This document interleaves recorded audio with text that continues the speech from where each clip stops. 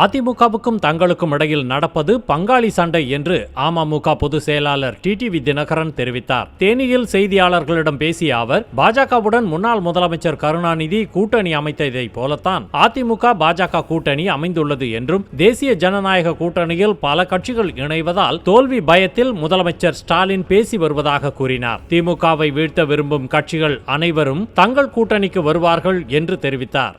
99ல் திரு ஸ்டாலின் அவர்களின் அப்பா முன்னாள் முதல்வர் கருணாநிதி அவர்கள் பாரதிய ஜனதா கட்சியோடு கூட்டணி வைத்திருந்தாரு. அது போன்ற கூட்டணி தான் இப்பொழுது தேசிய ஜனநாயக கூட்டணி அமைச்சிருக்கிறது. அதனால இந்த கூட்டணி எல்லாம் தேசிய ஜனநாயக கூட்டணி மேலும் மேலும் பலப்படுவதை பார்த்து அவர்கள் அச்சத்தில் இருப்பதெல்லாம் அவர் பேசுறார். அப்படிதான் அதை எடுத்துக்க முடியும். உறுதியாக எந்தெந்த கட்சியெல்லாம் திமுக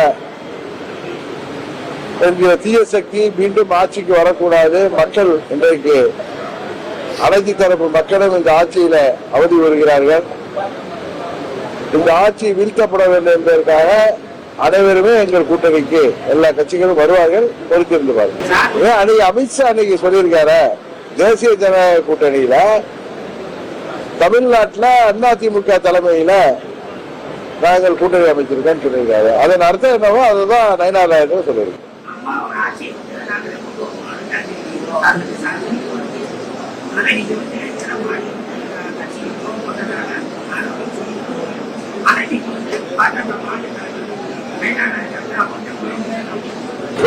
நமக்குள்ளாத பங்காளி சண்டையெல்லாம் தாண்டி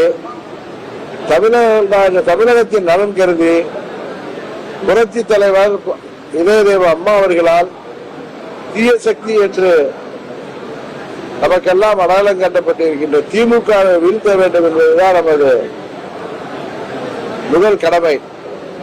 அதை செய்ய வேண்டும் என்பதற்காகத்தான் எல்லா கட்சிகளும் ஒன்றிணைகின்றோம்.